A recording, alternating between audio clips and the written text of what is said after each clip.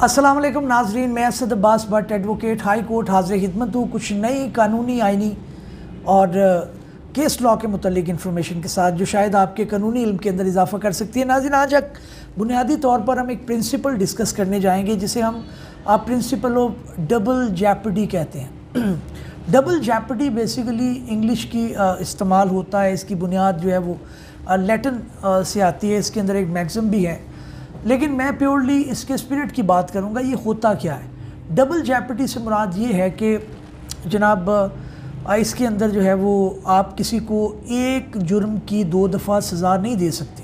मिसाल के तौर पे अगर एक शख्स ने एक जुर्म किया है तो उसको एक कानून एक सज़ा देता है, दूसरा कानून उसके ऊपर दूसरी सज़ा देता है। तो आज हमारी डिस्कशन का महवर जो है यही लफ्ज़ होगा, इसका कॉन्सेप्ट होगा और इससे मुतल्लिक जुड़ी जो लीगल प्रोविजंस हैं वो होंगी।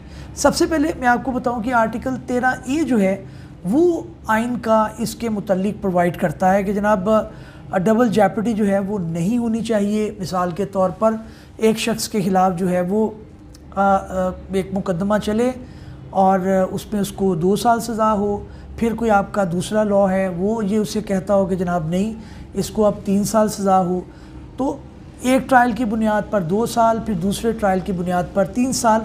ये बुनियादी तौर पर जो है वो इस कॉन्सेप्ट है और जो डबल जैपर्डी का है वो इसको नेगेट करता है, ताकि एक ह्यूमन बीइंग को बार बार एक ही अमल की मुख्तलिफ सज़ाएँ ना दी जाए।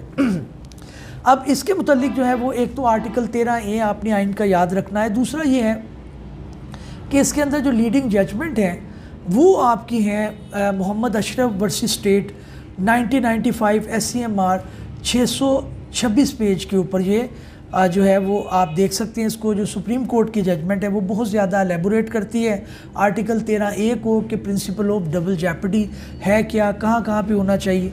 इसके अलावा जो अगला इम्पॉर्टेंट पॉइंट इसके मुतल्लिक है वो ये है जनाब कि इंटरनेशनल भी इसके मुतल्लिक कोई प्रोविजंस हैं जो इस कॉन्सेप्ट को रेकग्नाइज़ करती है। मिसाल के तौर पर article 14 of international covenant on civil and political rights, जो आर्टिकल 14 है वो भी इसको रेकग्नाइज़ करता है कि एक जुर्म की 2 दफ़ा सज़ा नहीं होनी चाहिए और प्रिंसिपल ऑफ डबल जैपर्डी जो है उसको रेकग्नाइज़ करता है। इसी तरह से आर्टिकल 4 है protocol number 7 to the European convention on human right, वो भी इसको रेकग्नाइज़ करता है।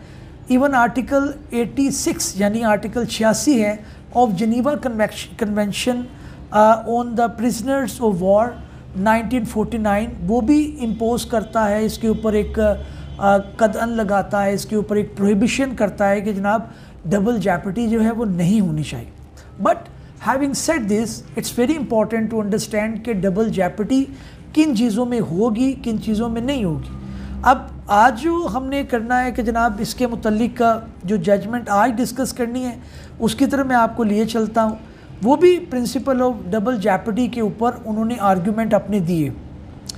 ये जनाब इसके अंदर आया, इसके अंदर जो फैक्ट्स थे केस के वो ये थे कि एक कोई स्कूल टीचर थी, उन पर इल्ज़ाम लगाया गया कि उन्होंने कोई गलत काम किया है एक अंधे शख्स के साथ। जब उसकी इंक्वायरी की गई तो वो इंक्वायरी के अंदर वो जो असातिज़ा थी या हेड मिस्ट्रेस थी वो बेगुनाह पाई गई।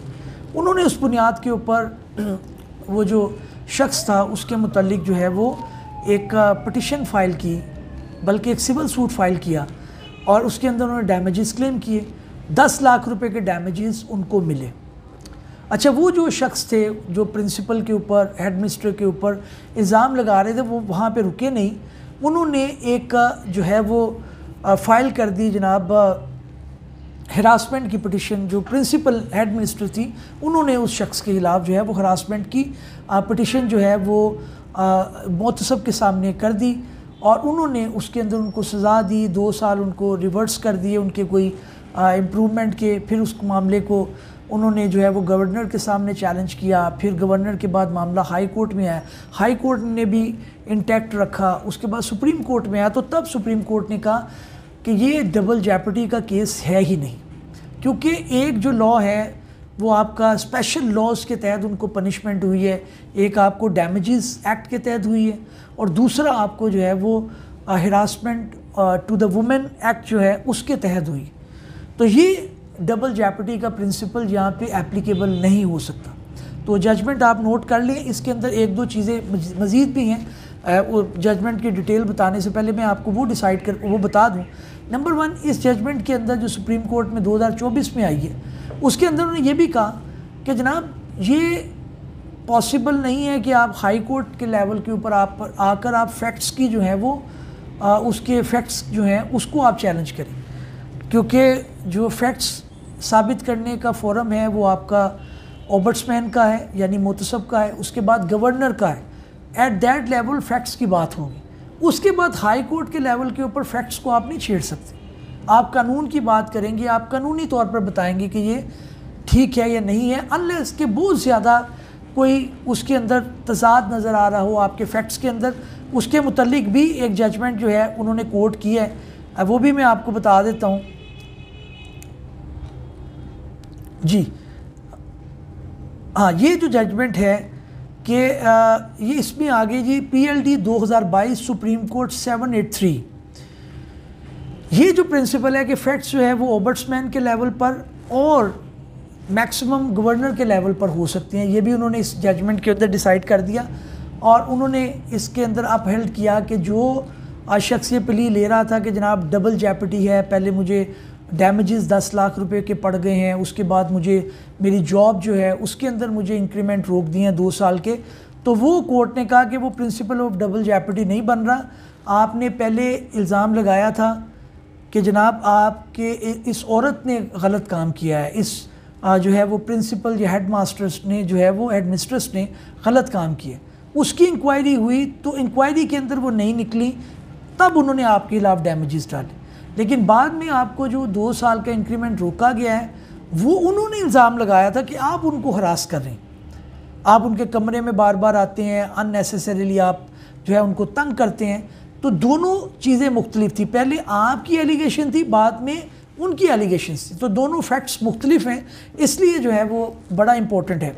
एक चीज़ जो है वो मज़ीद यहाँ पर काबिल ज़िक्र है जो उन्होंने इसी जजमेंट में कही है, वो भी काबिल गौर है कि जनाब ये अगर डबल जैपर्टी का जो प्रिंसिपल है कि उसके अंदर अगर आप एक दफ़ा आपको आपके ऊपर इल्ज़ाम लगा और अगर आपको एक्विटल मिल गई तो तब भी आपके ऊपर ट्रायल शुरू हो सकता है। आर्टिकल 13A इस मामले में क्लियर है कि आपको अगर आपको कन्विक्शन होगी तो फिर नहीं वो होगी, एक्विटल मिल गई तो आपके ऊपर दोबारा ट्रायल चल सकता है। यही जो जजमेंट आपको मैंने कही है, यही इसके अंदर जो है वो उन्होंने कोर्ट की है। अब मैं आपको इस जो है वो मुकदमे की तफसीलात बता दूं कि इसके क्या कवायफ हैं। ये जनाब 3 ऑनरेबल जजेज़ हैं, जस्टिस मुनीर अख्तर, जस्टिस आयशा मलिक और जस्टिस शाहिद वहीद साहब ने ये किया है। और इसका टाइटल है जनाब राजा तनवीर सफदर और तहमीना यास्मीन अदर्स। और जनाब ये आयशा मलिक साहिबा ने लिखी है, उन्होंने राइट की है। और इसकी डेट ऑफ डिसीजन जो है वो 24/4/2024 है।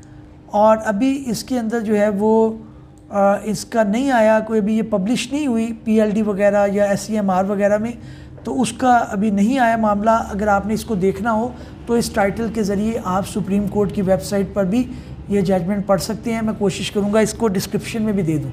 इस उम्मीद के साथ नाज़रीन कि हमारी ये काविश आपको पसंद आई होगी। नए वीलॉग में हाज़िर खिदमत होंगे, तब तक के लिए इजाज़त दीजिए। अल्लाह।